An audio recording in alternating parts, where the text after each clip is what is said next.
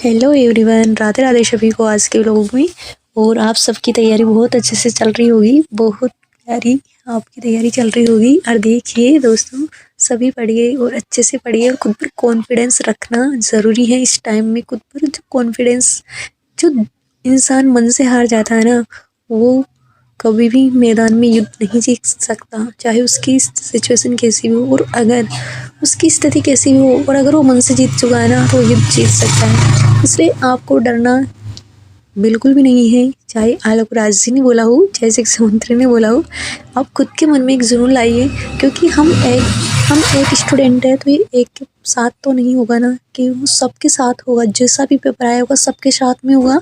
अपन उसको एक ही थोड़े ना देंगे, पेपर तो सभी देंगे ना, तो सबको हो रही है टेंशन। तो पर आप बिल्कुल भी उस टेंशन को अपने दिमाग में मत बिठाइए कि हाँ ऐसा पेपर आएगा। अभी से उसके लिए आप भ्रम मत पालिए। जैसा भी पेपर आएगा, जैसी भी सिचुएशन होगी, और अगर हम अच्छे से पढ़े हैं ना, तो पेपर में हम बहुत अच्छा कर पाएंगे।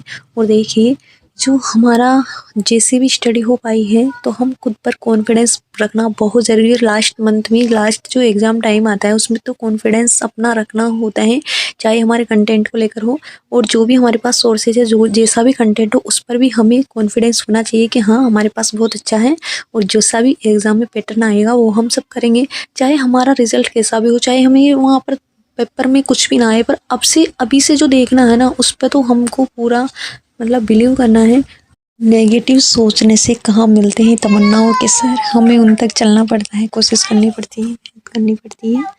इसलिए हर रोज़ मेहनत करते रहिए, और अपना जो भी आपने अभी तक जो पढ़ा है, जो भी सोर्सेज पढ़ा है, उसको पढ़ते रहिए, उसको रिवाइज करते रहिए। आप बार बार उसको पढ़ते रहिए। और मन में जो टेंशन है, जो घबराहट है, जो आलोक राज का जो भी क्रिटिसिज्म है, जो भी वो उन्हीं बातों, जो भी उन्होंने कहा है, उनकी बातों को दिल से मत लगाइए। कैसा भी आएगा पेपर आएगा, तो देखो जो समय के साथ है वो चेंज तो होता है। हर चीज़ में परिवर्तन होना, ये तो सृष्टि का जो है नियम है एक तरीके से।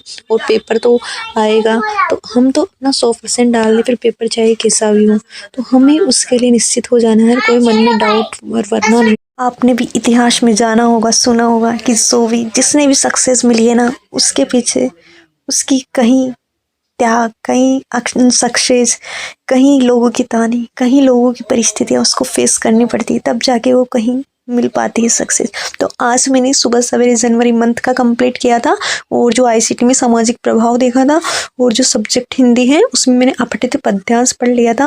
उसके बाद नहाने गई, नहाने से आने के बाद फिर मंदिर गई, और मंदिर से आने के जस्ट बाद फिर मैंने जो करंट में 2025 के जो भी क्वेश्चन पूछे थे ना, तो उसको मैंने नानक क्लासेस सर की बुक से लगाए थे।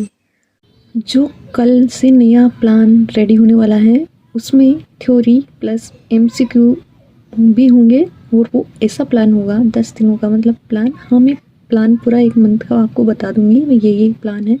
पर 10 दिन का पहले जो है 21 से और 30 तक रहेगा। और फिर जो पार्ट बचेगा, जो भी टाइम बचेगा, मतलब कि उसमें थ्योरी और रिवीजन होगा। तो इस 10 दिन का जो प्लान है, उसमें PYQ MCQs करेंगे। और मैं ये प्लान है ना, जो कल लेकर आऊँगी, और आप कल के ब्लॉग में देख लेना मैं कैसा प्लान लेकर आ रही हूँ।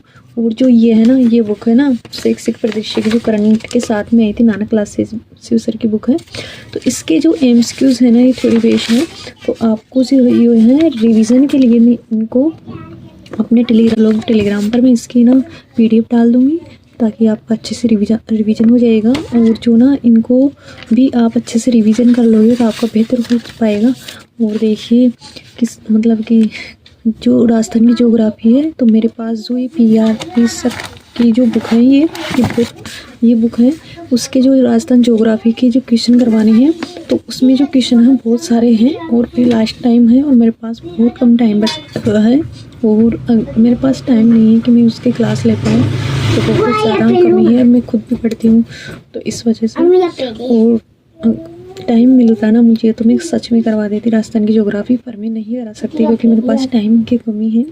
और फिर घर में रहती हूँ, तो टाइम भी नहीं मिल पाता। आप देख ही सकते हो ब्लॉग में, क्योंकि घर का काम भी स्टार्ट हो चुका है, तो मुझे बहुत कम टाइम मिल पाता है। और घर में देखो, जिम्मेदारियाँ सबकी होती हैं, काम भी करवाना पड़ता है। तो इस तरह से। और जो कल का प्लान है, आप ज़रूर देखना उसको, और मैं ना शेड्यूल बना के डाल दूँगी। और जो कल का व्लॉग है वो थोड़ा जल्दी आएगा, मैं जल्दी बना दूँगी। तो thank you so much. Everyone आज के व्लॉग में। Thank you.